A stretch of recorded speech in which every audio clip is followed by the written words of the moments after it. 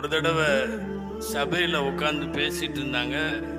அப்போ மனைவிக்கு ஒரு கோலையில தண்ணி கொடுத்து நீ குடிக்க வச்சின்னா உனக்கு அல்லாஹ் தஆலா கூலி தருவான்னு சொல்லிட்டாங்க. இதை கேட்டுட்டு உட்கார்ந்து இருந்தவங்கள அபூ தர்ருல் கிஃபாரி ரலியல்லாஹு அன்ஹுன்னு ஒருத்தர். கொஞ்சம் அந்த சஹாபி கொஞ்சம் எப்பவுமே வெறுப்பா இருப்பாங்க, கொஞ்சம் டென்ஷனா ஸ்ட்ரிக்டா இருப்பாங்க. அவ்வளவு சீக்கிரம் யார்கிட்டையும் சிரிச்செல்லாம் பேச மாட்டாங்க.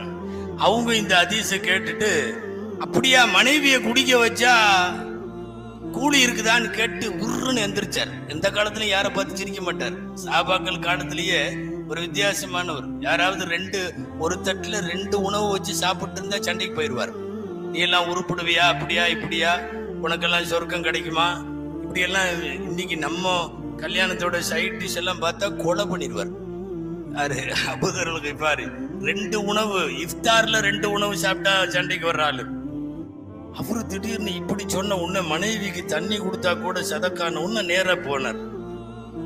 விறுவிறுன்னு வீட்டுல போய் ஒரு கோலையில தண்ணியை மெத்தி மனைவி இந்தா குடி. அப்பவும் கூட சிரிப்போ காதலோ அன்போ அதெல்லாம் இல்ல, வெறப்போட கொடுத்தாரு. இந்தா குடினாரு. என்ன திடீர்னு வம்பா இருக்கு, எனக்கு ஒண்ணு தண்ணி வேணாம, பரவாயில்ல நீ குடி. இல்லைங்க இப்ப தண்ணி வேணாம், குடிச்சுதான் ஆகணும் குடி.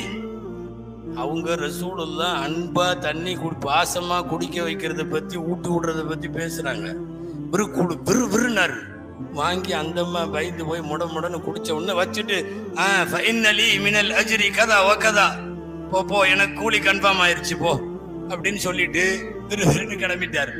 ஸல்லல்லாஹு அலைஹி வஸல்லம் ஊட்டி விடுவதை, குடிப்பாட்டி விடுவதை எல்லாம் கூட சிறந்த சுன்னத்தாக பதிவு செய்கிறார்கள்.